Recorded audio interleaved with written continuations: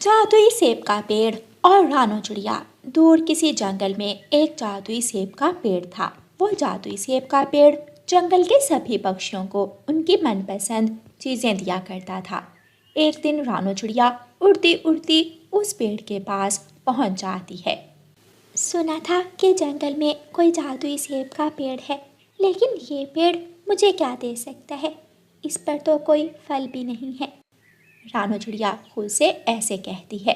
तभी उस पेड़ से आवाज़ आती है। सुंदर पक्षी, सोच के बोल, सोना चांदी कुछ भी बोल, जो मांगोगे वो मैं दूंगा, धन दौलत मैं सब कुछ दूंगा। क्या आप ही जादुई सेब के पेड़ हैं? हाँ चिड़िया, मैं ही वो जादुई सेब का पेड़ हूँ जो पक्षियों की मदद करता है। पेड़ पेड़, मुझे अपना मीठा फल दो। वो जादुई सेब अचानक रोशन होता है और उस पेड़ पर लाल लाल मीठे सेब लग जाते हैं। रानो चिड़िया उस पेड़ से टोकरी भरकर मीठे लाल सेब तोड़ती है और खुशी खुशी वहाँ से चली जाती है। चिड़िया चिड़िया, आप ये लाल लाल सेब कहाँ से लाई हो? तोते भैया, मैंने जादुई सेब का पेड़ ढूंढा है। वो सभी पक्षियों को उनकी मनपसंद चीज़ें देता है। आप भी जाएं और जादुई सेब के पेड़ से कुछ भी ले लें। लेकिन वो जादुई सेब का पेड़ कहाँ है? जादुई सेब का पेड़ गुफा के पास है। तोता जल्दी से उड़ता है और जादुई सेब के पेड़ की तरफ जाता है। थोड़ी देर बाद जंगल के सभी पक्षी जादुई सेब के पेड़ के पास पहुंच जाते हैं। कोई पेड़ से फल मांगता है और कोई अनाज, लेकिन धन दौलत सोना चांदी कोई नहीं मांगता। कालू जी, सुना है जंगल में कोई जादुई सेब का पेड़ है जो पक्षियों को उनकी मनपसंद चीजें देता है। हाँ, मुझे भी रानो चिड़िया ने बताया तो है। चल गोरी, हम भी उस पेड़ से कुछ लेकर आते हैं। कौवा और कवि उड़ते हैं और उस जादुई सेब के पेड़ के पास पहुंच जाते हैं। कालू जी, ये पेड़ हमें क्या दे सकता है? इस पर तो एक भी फल नहीं है। पेड़ से आवाज आती है। सुंदर पक्षी, सोच के बोल, सोना चांदी कुछ भी बोल, जो मांगोगे वो मैं दूंगा। पेड़ पेड़, मुझे तो एक सोने का सेब ही दे दो। वो पेड़ रोशन होता है और गोरी कवि को एक सोने का सेब दे देता है। गोरी कवि खुश हो जाती है। कौवा और कवि सोने का सेब लेकर अपने घर चले जाते हैं। कालू जी, बहुत गलती की हमने। हम उस पेड़ से 2 सोने के सेब भी तो ले सकते थे। 2 ही क्यों, हम 3 भी तो ले सकते थे, या फिर ढेर सारे सोने के सेब। कालू जी, हम कल दोबारा जाएंगे और उस जादुई सेब के पेड़ से ढेर सारे सोने के सेब ले लेंगे। रानो चिड़िया मीठे मीठे सेब खा रही थी और अपने घर में बैठी अपने बच्चों से बातें कर रही थी। मेरे बच्चों, क्या आप जानते हो कि जंगल में एक जादुई सेब का पेड़ है? मम्मा, क्या वो पेड़ कुछ भी दे सकता है?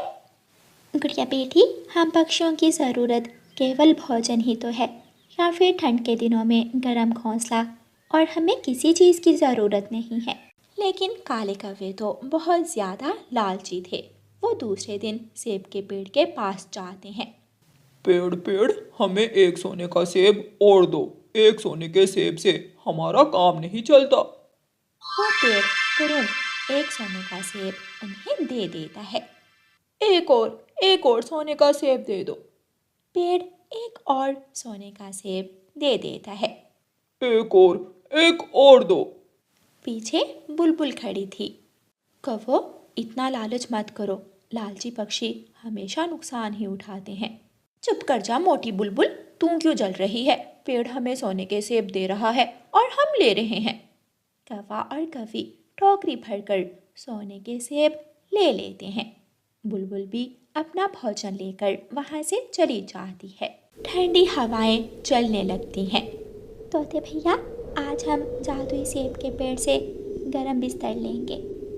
मैं तो अपने लिए गरम टोपी भी लूँगा और एक मफलर भी। तो फिर चलो, ऐसा ना हो कि ठंड बढ़ जाए। चिड़िया और तोता जादुई सेब के पेड़ के पास जाते हैं। पेड़ पेड़, हमें हमारे लिए गरम बिस्तर दे दें। ठंड बढ़ रही है, हमें और भोजन की ज़रूरत नहीं है। हमारे घर में ढेर सारा भोजन जमा हो गया है। चिड़िया रानी, जो लेना है जल्दी जल्दी से लो। जब बर्फ़ गिरेगी तो मेरे पत्ते गिर जाएंगे और फिर मेरी जादुई शक्तियाँ ख़त्म हो जाएंगी। मुझे गरम बिस्तर, साथ एक टोपी और मफलर भी दे दे। वह जादुई पेड़ अपने जादू से चिड़िया और तोते को उनकी चीज़ें दे देता है। कौवों ने अपना पूरा घर सोने के सेबों से भर लिया था। कालू जी, अब हम ये सारे सोने के सेब शहर वाले जंगल जाकर बेच देंगे और हम जंगल के सबसे अमीर पक्षी बन जाएंगे। गौरी, मैं अपने मामा जी की बैलगाड़ी लेकर आता हूँ। हम मेरे मामा जी की बैलगाड़ी पर सारे सोने के सेब लाद कर ले जाएंगे।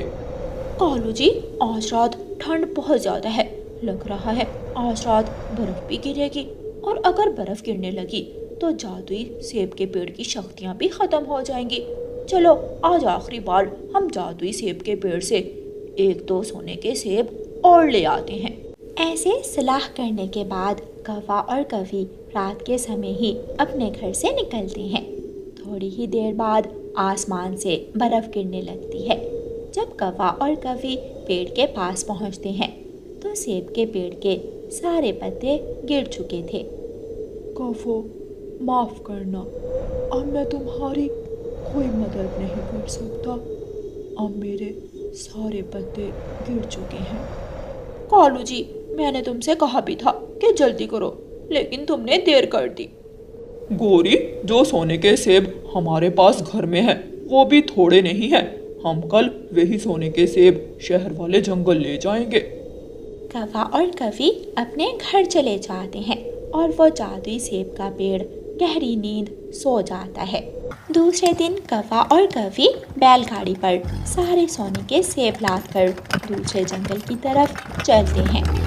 तोते तोते, वो देखो, कौवों ने तो जादुई पेड़ से सोने के इतने सारे सोने के सेब ले लिए हैं। रानो चिड़िया, जब हम उस पेड़ से अपना भोजन ले रहे थे तो कौवे अपने लिए सोने के सेब जमा कर रहे थे। लेकिन तोते भैया, क्या फ़ायदा ऐसे सोने का जो हम खा ना सके। ये सोना चांदी हम पक्षियों के किस काम का। जब कौवे घने जंगल से गुजरते हैं तो वहाँ 2 चोर उल्लू बैठे हुए थे। रुको रुको कौवो, अगर यहाँ से एक कदम भी आगे गए तो जान से मार देंगे। कौवे डरते हुए रुक जाते हैं। चाचा चोर जी, हमें जाने दो। तुम जाओ और ये बैलगाड़ी हमें दे दो। ना ना, चोर जी, 1-2 सोने के सेब ले लो और हमें जाने दो। उल्लू अपने पंख से चाकू निकालता है और कौवे बैलगाड़ी छोड़कर वहाँ से भाग जाते हैं। चोर उल्लू सोने के सेबों से भरी बैलगाड़ी लेकर वहाँ से चले जाते हैं। कौवे अपने घर पहुँच जाते हैं। कालू जी, हमने जो भी जादुई पेड़ से लिया था, चोर उल्लू सब ले गए। अब हम क्या करेंगे? हमारे पास ना तो भोजन है और ना ही गरम बिस्तर। कालू जी, मेरा तो ठंड से बुरा हाल है। फिर कौवा और कौवी चिड़िया के पास जाते हैं। चिड़िया, हमें एक गरम बिस्तर दे दो। कौवा, मेरे पास 2 ही गरम बिस्तर है, एक मेरा और एक मेरे बच्चों का, इसलिए मैं तुम्हें गरम बिस्तर नहीं दे सकती। फिर कौवे रोते हुए तोते के पास जाते हैं और कबूतर के पास जाते हैं, लेकिन कोई भी पक्षी कौवों को गरम बिस्तर नहीं देता, क्योंकि बर्फ़ के बाद जंगल में ठंड बहुत ज़्यादा बढ़ गई थी और सभी पक्षी अपने अपने बिस्तर ओढ़कर बैठे हुए थे। कौवा और कौवी खाली हाथ ही अपने घर आ जाते हैं और बिना बिस्तर के ही ठंड में ठठरते हैं। कालू जी सच ही कहते हैं कि लालच का अंजाम गलत ही होता है। अगर हमने भी जादुई पेड़ से अपना भोजन और गरम बिस्तर लिए होते तो आज हम यूं ठंड में ना मरे होते। कौवे बहुत पछताते हैं, लेकिन अब पछताने से क्या होने वाला था। अब तो कौवों को ठंड में ही मरना था। प्यारे दोस्तों, कौवों ने लालच किया और उसकी सजा पाई, जबकि रानो चिड़िया और दूसरे पक्षियों ने जादुई पेड़ से अपनी ज़रूरत की चीज़ें लीं और वो सब फ़ायदे में रहे। और प्यारे दोस्तों, इस कहानी को लाइक, अपने दोस्तों के साथ शेयर और चैनल को सब्सक्राइब करना बिल्कुल मत भूलना। आपका धन्यवाद। रानो चिड़िया की सास उससे बहुत नफरत करती थी, क्योंकि गोरी कव्वी रानो चिड़िया की सास को हर वक्त उल्टी सीधी पटियां पढ़ाती रहती थी। किस गरीब परिवार से बहू को ब्याह कर ले आई है तू? ना सामान लेकर आई और ना ही कोई गहने। गोरी, मैंने कहाँ शादी की अपने बेटे की। वो तो मेरा बेटा विदेश में काम करता था, वहीं से ब्याह कर ले आया उस गरीब चिड़िया को। मेरा बस चले तो 1 मिनट भी उसे अपने घर में ना रहने दो। तुम ऐसा करो, किसी तरह अपनी उस गरीब बहू को मार दो, फिर देखना मैं तुम्हारे बेटे की शादी कितने ऊंचे परिवार में करती हूँ। लेकिन मैं कैसे मारूंगी उसे? अगर मेरे बेटे को पता चल गया तो वो छोड़ेगा नहीं मुझे। तुम मुझ पर छोड़ दो, कल किसी तरह उसे अपने साथ ले आना और हम उसे जंगल के पुराने कुएं में धक्का देकर मार देंगे। बस इतना सा काम है। ये काम तो मैं कर सकती हूँ, मैं कल किसी तरह उसे अपने साथ ले आऊंगी। माँ जी, ले, मैंने आपके लिए अपने हाथों से मीठी खिचड़ी बनाई है। ले जा, मैं नहीं खाऊंगी तेरे हाथों की बनी हुई खिचड़ी। ऐसी खिचड़ी से तो सूखा दाना ही अच्छा है। माँ जी, आप हर समय मुझसे लड़ाई करती रहती हैं, मैंने क्या बिगाड़ा है आपका? ये अपने पति से पूछना, जो मेरी इजाजत के बिना तेरे जैसी गरीब चिड़िया को ब्याह कर ले आया। ठीक है माँ जी, इस बार जब आपका बेटा विदेश से घर आएगा तो मैं उसके साथ ही चली जाऊंगी। दूसरे दिन रानो चिड़िया की सास रानो चिड़िया से कहती है, बहू, अरे ओ बहू, मेरे साथ चलो, सर्दियों के लिए सूखी लकड़ियाँ लेने जाना है। माँ जी, अभी तो ठंड के दिन आने में देर है, हम फिर किसी दिन ले आएंगे। जो कहा है वो करो, जल्दी चलो मेरे साथ। फिर रानो चिड़िया अपनी सास की बात मानकर उसके साथ चल देती है। रानो चिड़िया की सास उसे लेकर गोरी कव्वी के पास जाती है। गोरी, तुमने कहा था कि तुम भी सूखी लकड़ियाँ लेने जाओगी, चलो एक साथ जाते हैं। सूखी लकड़ियाँ? लेकिन मैंने कब कहा था? कल वाली बात भूल गई हो, इसे मारना है। हाँ हाँ, याद आया, रुको मैं घर से रस्सी ले लूं लकड़ियाँ बांधने के लिए। फिर रानो चिड़िया, उसकी सास और गोरी कव्वी सब जंगल की तरफ चली जाती हैं। वो उड़ते उड़ते दूर निकल जाती हैं। वो तीनों एक पेड़ के नीचे बैठ जाती हैं। मुझे भूख लगी है, बहू जाओ मेरे लिए दाना लेकर आओ। माँ जी, मैं जाती हूँ, तब तक आप थोड़ा आराम कर लें। रानो चिड़िया अपनी सास के लिए दाना लेने चली जाती है। इसे तो मैंने बहाने से भेजा है। गोरी, मैं थक गई हूँ। कहाँ है वो पुराना कुआं जिसमें धक्का देकर मारना है इसे? रानो चिड़िया को अपनी सास की बातों पर शक होता है, इसलिए वो पेड़ के पीछे छुपकर सारी बातें सुन लेती है। वो सामने वाले बड़े पेड़ की दूसरी तरफ है पुराना कुआं। कुएं के पास बैठकर तुम उसे बातों में लगाना और मैं पीछे से धक्का दे दूंगी। रानो चिड़िया भी पेड़ के पीछे से निकलकर वहां आ जाती है। माँ जी, मुझे आपसे ये उम्मीद ना थी, आप मुझे मारने के लिए अपने साथ लाई हैं। आप इस कवि की बातों में आकर मुझे मारना चाहती हैं। अगर तुमने सुन ही लिया है तो गोरी, पकड़ो इसे। लेकिन रानो चिड़िया वहां से भाग जाती है। गोरी कव्वी रानो चिड़िया का पीछा करती है, मगर रानो चिड़िया तो घने जंगल में चली जाती। भाग गई। मैंने उसे पकड़ने की बहुत कोशिश की, लेकिन वो भाग गई। वो मेरे बेटे को सारी बात बताएगी। गोरी, ये क्या हो गया? वो लौट कर नहीं आएगी, वो डर गई है। चलो हम घर जाती हैं। गोरी कव्वी रानो चिड़िया की सास को लेकर वापिस आ जाती है। गोरी, क्या मार दिया रानो चिड़िया की सास ने अपनी बहू रानो को? कहाँ कालू, घने जंगल में जाकर सारा काम ही उल्ट हो गया। उस रानो की बच्ची ने हमारी सारी बातें सुन ली और भाग गई। तो फिर चलो हम उस बुढ़िया को निकाल देते हैं उस घर से। हमने तो ये सारा खेल उसके घर पर कब्जा करने के लिए ही किया था। हाँ कालू जी, वो बूढ़ी चिड़िया कहाँ हमें रोक पाएगी। हम मार मार कर उसे अभी के अभी घर से निकाल देते हैं। रात को गोरी कव्वी और कालू कौवा जाते हैं। उठ उठ बुढ़िया, चल निकल यहाँ से, आज से ये घर हमारा है। गोरी, क्या बात कर रही हो? मेरे ही घर में आकर मुझे ही आंखें दिखा रही हो? तुम्हारा बेटा विदेश में है और अब तुम्हारी बहू भी तुम्हारी मदद करने नहीं आएगी, इसलिए चुपचाप निकल जाओ, वरना हम तेरी बुढ़ी हड्डियां तोड़ देंगे जो इस उम्र में दोबारा जुड़ने लायक भी नहीं रहेंगी। गौरी तुमने मुझे धोखा दिया, मेरे ही हाथों मेरी बहू को मेरे घर से भगा दिया और अब मेरे घर पर ही कब्जा करना चाहती हो।